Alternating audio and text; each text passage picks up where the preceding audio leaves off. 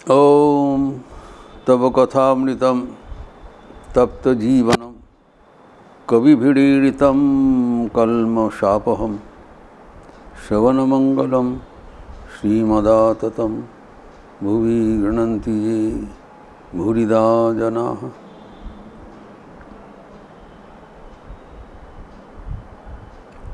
श्री श्री ठाकुर सन्यासी भक्त एवं गृह भक्तों के लिए अलग अलग विधान निर्देश किए हैं। सन्यासी सर्वतोभावेन कामिनी कांचन त्याग करके जीवन निर्वाह करेंगे, जबकि गृहस्थ भक्त संसार में रहते हुए अनासक्त होकर रहेंगे। स्त्रियों के साथ अनासक्त होकर व्यवहार करेंगे। गृहस्थ जीवन के लिए निर्देश दिए हैं।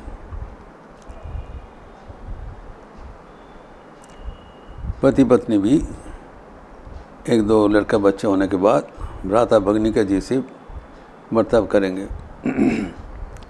अर्थात ईश्वर में मनोनिवेश करना ही मुख्य उद्देश्य है। संसार में भी रहे और संन्यास आश्रम में भी रहे।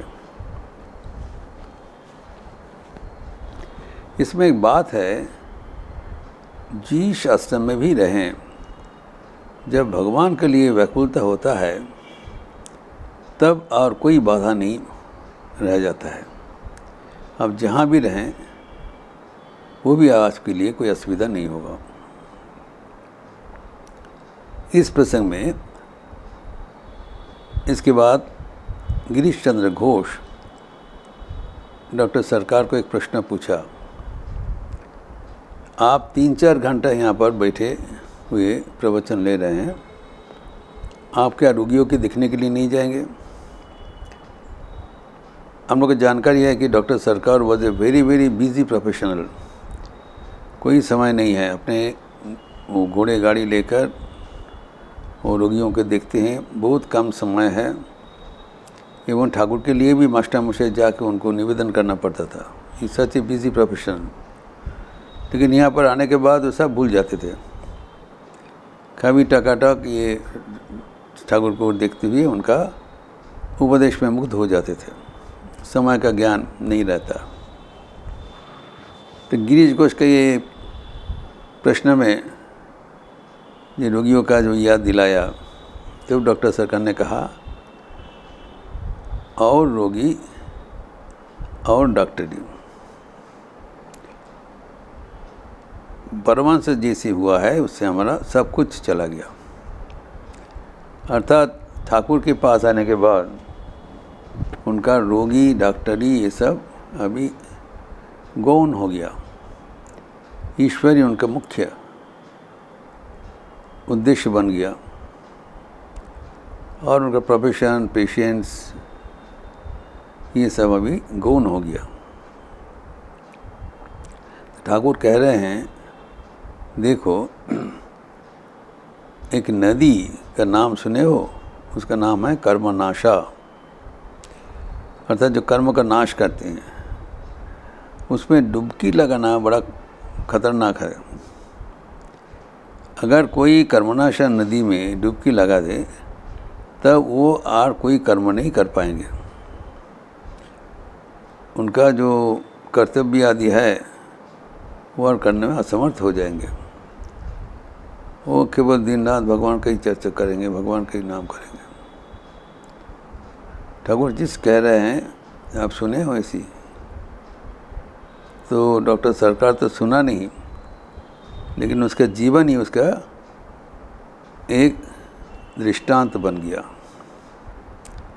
इतने बिजी डॉक्टर ठाकुर के पास आके एकदम चिपक जाते थे। कारण ईश्वर जब एक बार हमें आह्वान करते हैं तो उसके आह्वान के बराबर और कुछ नहीं रहता है। ये जब कोई भाग्यशील व्यक्ति ये आह्वान सुनते हैं और इसका जीवन तत्काल भगवतमुखी हो जाते हैं।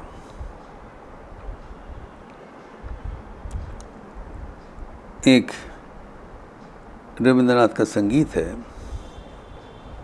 इस संगीत में इस भावना का विस्तार हुआ है। बांग्ला में संगीत है, तुम्हें डाक दिएছো কোন সকালে কেউ তা জানে না, আমার মন যে কাঁদे আপन মने केहू ता माने ना। जब भगवान हमें पुकारते हैं वो किसी को पता नहीं लगता है, एवं हमारा मन के भीतर भगवान के लिए एक व्याकुलता पैदा हो जाता है, एक रोना आ जाता है जो कोई मानने के लिए तैयार नहीं है। It's an internal transformation. ফিরি আমি উদাস প্রাণে তাকাই সবার মুখের প্রাণে, তোমার মতন এমন টাने কেউ तो टाने ना। यद्यपि वो व्यक्ति संसार में सबके साथ बर्ताव करते हैं, उदास होके सबके ओर ताकते हैं, व्यवहार करते हैं, लेकिन भगवान के जैसे इतना खिंचाव और किसी से नहीं मिलता है। फिर आगे उस संगीत में कहते हैं, बेजे ओठे पंचमेश्वर केंपे ओठे बंद हुई घर, बाहिर होते द्वारे कर केहू तो हाने ना। हमारे हृदय का द्वार वो बंद रहता है, लेकिन भीतर में एक गूंज उठता है। ये बंद कमरा में एक आपके लिए एक आवाज़ आते हैं, लेकिन कोई आके उपस्थित होते नहीं। फिर आगे बताते हैं, आकाशे कार व्याकुलता बातास बहे कार बरता, ये पथे সেই গোপন কথা কেউ तो आने ना।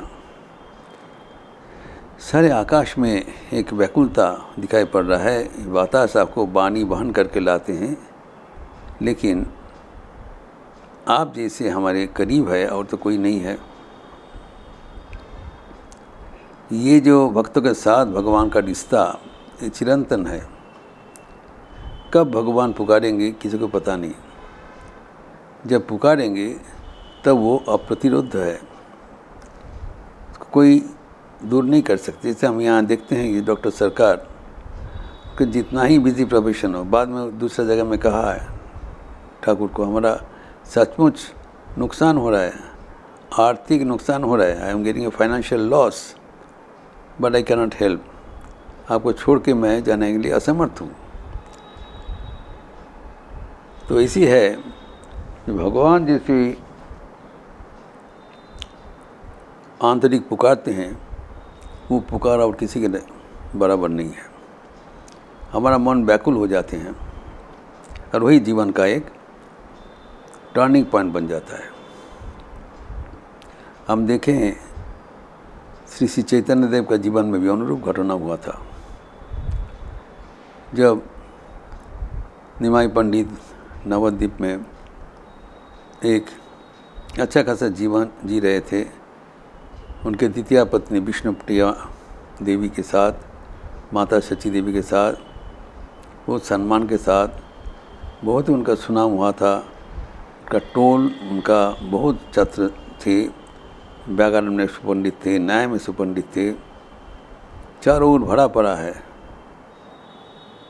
लेकिन उनके पिताजी के देहांत के बाद वो जो टोल खुला है वो उनके जो गया धाम में गहन गया था, जो श्राद्धा थी पिंडदान करने के लिए। वहाँ पर माधवेंद्र पुरी जी के शिष्य ईश्वरपुरी जी से मिले थे, और वो ईश्वरपुरी से पहले नवद्वीप में भी मिले थे, और ईश्वरपुरी जी बहुत प्रभावित हुए थे चैतन्य देव के पांडित्य में। लेकिन जब गया धाम में गया, ईश्वरपुरी जी उनको कृष्ण मंत्र में दीक्षित किया। बस जैसे दीक्षा ग्रहण करने के बाद नवद्वीप में लौटे, एक दूसरा व्यक्ति, उनके और संसार में कोई आकर्षण नहीं था, दिन रात कृष्ण कृष्ण कर रहे हैं, उनका मन भवालु है, दृष्टि आच्छन्न है। तो टोल में उनकी छात्राएँ आ रहे हैं, वो छात्राओं को हाथ जोड़ करके कहते हैं मुझे अभ्याति दीजिए, मैं कर्म करने में असमर्थ हूँ। मुझे ठाकुर कहा था एक नदी है कर्मनाशा, डुबकी लगाने से और कोई कर्म करने में असमर्थ हो जाएगा।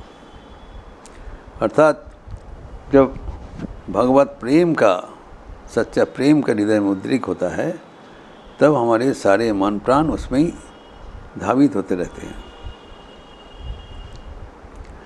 तो इनको ऐसी अवस्था देखकर सब आदमी उनको समझाने के लिए आए, ऐसी नहीं करना चाहिए, संसार में भी मन देना चाहिए। तो वो हाथ जोड़ करके कहा करते थे, मैं तो चाहता हूँ संसार का कर्म करे, मैं चाहता हूँ टोल परिचालना करे, लेकिन मैं असमर्थ हूँ। हमारा मन प्राण भगवान के ओर इतनी ज़बरदस्त जो निकल गया, अभी उसको वापस लाना हमारे लिए असमर्थ है, हम असमर्थ हैं। संसार में हम ये मनोनिवेश करना हमारे लिए एक असंभव का बात हो जा रहा है। सारे मन प्राण हरण कर लिया कौन? अंतर्निहित भगवान। इसी ईश्वर हमें सबको बुला रहे हैं। कब किसी को बुलावा आएगा पता नहीं। जैसे डॉक्टर सरकार का जीवन में आया था और वो श्री रामकृष्ण का प्रेम एवं पवित्रता के संस्पर्श में अपना प्रोफेशन अभी उनका सेकेंडरी हो गया। यदि वो नहीं चाहता था, उनका फाइनेंशियल लॉस हो रहा है, लेकिन वो अपने को रोकने में असमर्थ है। तो ऐसी हो जाता है जब इंसान के जीवन में, तब वो जीवन का मधुर क्षण कहा जाता है। जो ये जीवन का सार्थकता, ये सब कुछ रहते हुए हम ईश्वर के लिए इतने व्याकुल हों एवं ईश्वर की कृपा से ही हमारा जीवन परिपूर्ण होगा। ये प्रसंग और भी आगे बढ़ाते हुए हम लोग चर्चा करेंगे। ओम शांति शांति शांति। हरि ओम तत्सत। श्री राम कृष्णार्पणमस्तु।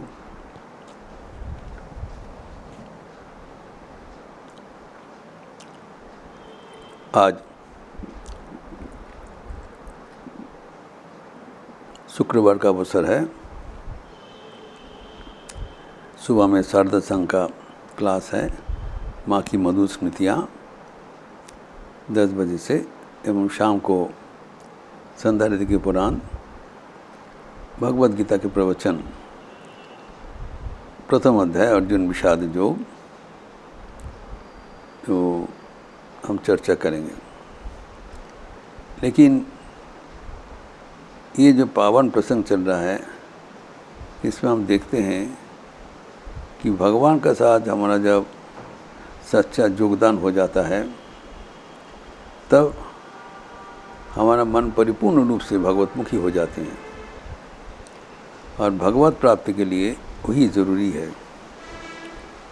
जब तक हम संसार में रहते हैं, कुछ समय संसार का कर्म करते हैं, कुछ समय भगवान को कर्म करते हैं, तब ये प्राथमिकता है, प्राथमिक अवस्था है। जब आगे बढ़ते हुए हमारा मन एकमात्र भगवान के प्रति ही युक्त हो जाते हैं, तब और बैलेंस रखना संभव नहीं होता है। तब हमारा मन प्राण सब कुछ परिपूर्ण रूपेण भगवान के पास निवेदित हो जाते हैं एवं हमारा जीवन धन्य और सार्थक हो जाता है। तब सांसारिक कर्म, गृह कर्म और करना संभव नहीं होगा। आप लोग अच्छा रहिए, स्वस्थ रहिए, आनंद में रहिए। नमस्कार।